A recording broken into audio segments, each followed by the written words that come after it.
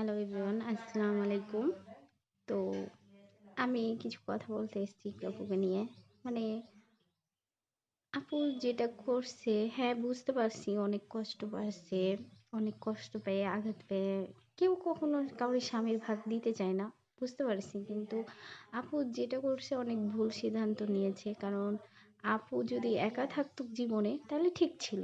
আপু যা করছে মেনে নিয়েছে, কিন্তু আপুর একটা ভাবা উচিত ছিল আমার একটা ছোট বাচ্চা আছে। আপু তো জানে যে মা জিনিসটা কি, তাই না? মা জিনিসটা কি, যে মায়ের মতন আগলে কেউই রাখতে পারবে না, কেউই না। ছাতির মতন মা জিনিসটা সব সময় ছাতির মতন মাথার। তো জানি না কে কিরকম করে নাও মাকে, আমি ছাতির মতনই মনে করি একটা। তো ধরো আপু এটা ভুল সিদ্ধান্ত নিয়েছে। আপু যদি একলা জীবন থাকতো তাহলে ভালো থাকলো, নিজে একলা জীবন নিয়ে চলে যেত। কিন্তু আপু তো দুইটা জীবন নিজে। এখন আমরা কত মেয়েদেরকে দেখি যে একটা বাচ্চা হয়ে গেলে তার জীবনের কথা ভাবে, তার কথা আর ভাবে না। আমরা এরকম দেখি। কিন্তু আপু একটা ভুল ডিসিশন নিয়েছে, সেটা যদি অন্যভাবে মানে ডিসিশনটা নিত, আলাদা হয়ে যেত, বা যাই হোক রাগের মাথায় কোথাও 2-1 মাস হয়তো আলাদা থাকতো, তাও বাচ্চাটা তার মাকে পেত, মার সাথে থাকতো।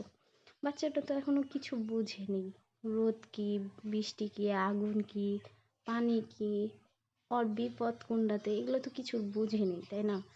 তো ওকে ওই বিপদে পড়লে ওকে কে আগলে রাখবে, কে দেখবে, কে যে না খালে মায়া ঘুরে ঘুরে খাবে? মানে কত মায়ের কাজটা কি সবাই পারে? সবাই পারে না আপু। তো আপনি একটাই ডিসিশন, হ্যাঁ মানছি আপনার জীবন, আপনার যেটা ভালো লাগেছে আপনি করেছেন। কিন্তু বাচ্চারা বাচ্চাটা অনেক কষ্ট পাচ্ছে এখন। বাচ্চাটা এটার জন্য মানে ভুল ডিসিশন। একলা থাকলে যা করতেন সবাই মেনে নিত, কিন্তু আপনি একবারও ভাবেননি যে আপনার বেবি আছে, আপনার বেবিকে দেখার মানুষ নেই। এটা একদম ঠিক না। তো আমি বললাম যদি আমার ভুল হয়ে থাকে সবার কাছে সরি। এই পর্যন্তই, টাটা।